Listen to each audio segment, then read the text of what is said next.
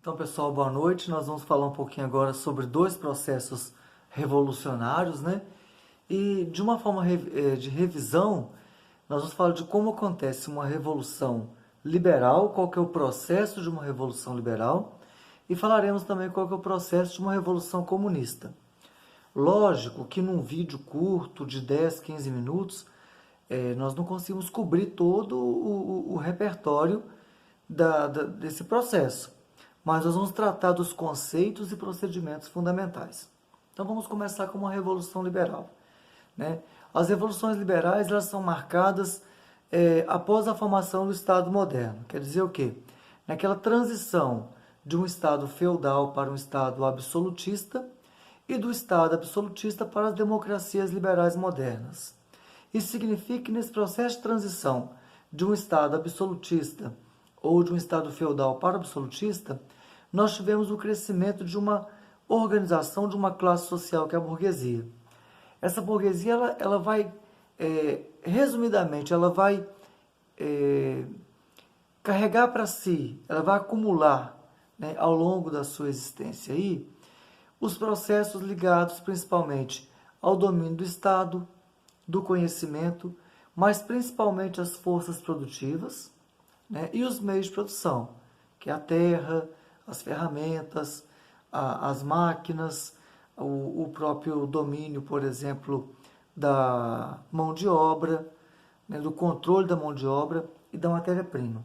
Isso faz que a burguesia acumule ao longo de sua história valores, capital, dinheiro, mas ela não possuía, por sua vez, o poder político. E o que acontece? Ao longo da existência do Estado absolutista, o que nós vemos é que a organização do Estado absolutista, por meio de privilégios, por meio de uma organização social que estava a família real, depois a nobreza e o clero, e aí o terceiro Estado, né, burguesia, com operários, não era favorável à burguesia.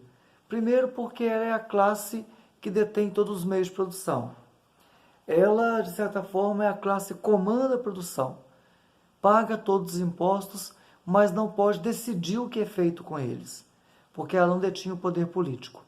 Então, no século XVIII, vai surgir um grupo de pensadores que eles vão criticar todo o processo produtivo, mas principalmente o processo de organização do Estado. Então, a crítica aí vai ficar a cabo do que nós chamamos de iluminismo. Esses homens primeiro começam a criticar o próprio Estado absolutista sob a primeira questão, que é a liberdade. É um Estado que ele não permitia a liberdade de manifestação. É um Estado que não permitia a liberdade de escolha, visto que o próprio mandatário ou rei, ele era herdeiro. Então ele não era submetido a um processo de escolha popular, né? Ou de um processo de escolha de quem está participando do Estado. Segundo, não há um processo de liberdade de iniciativa. As pessoas não podiam investir o seu dinheiro onde bem entendia, ou organizar um comércio, ou organizar uma indústria, porque elas dependiam da autorização real.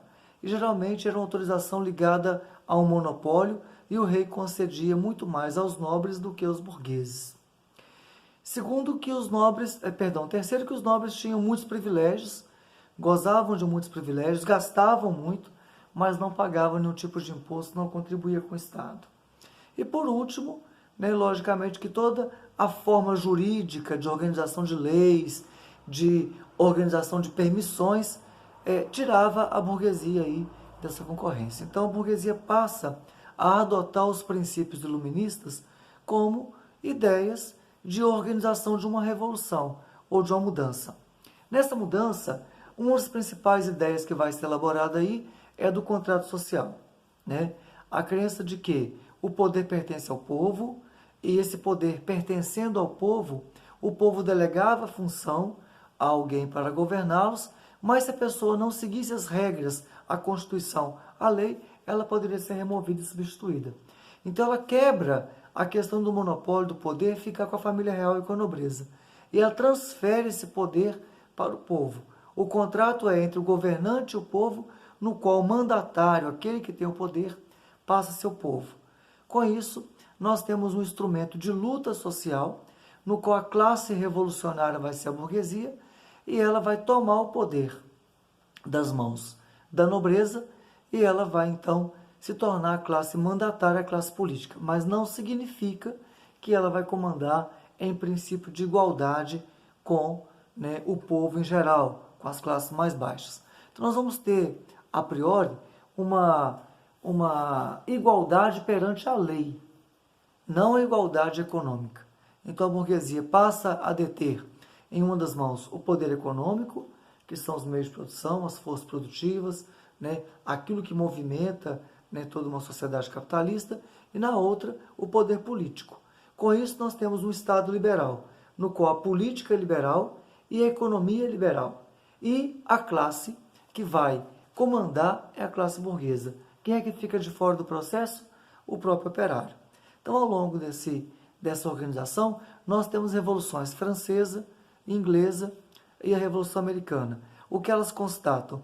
A tomada do poder político pela burguesia, o estabelecimento como resultado de um Estado liberal burguês, no qual o proletariado e o camponês fica de fora, né, se tornam força de trabalho, apenas vendem sua força de trabalho, isso é a visão marxista, mas ela se organiza no Estado liberal, e todo o arcabouço jurídico de liberdade, ela fala de uma liberdade legal, ela fala de uma igualdade legal, mas não igualdade de fato, ok? Então essa é a Revolução Liberal. Daqui a pouco nós vamos falar um pouquinho sobre a Revolução Comunista na ótica do próprio Marx.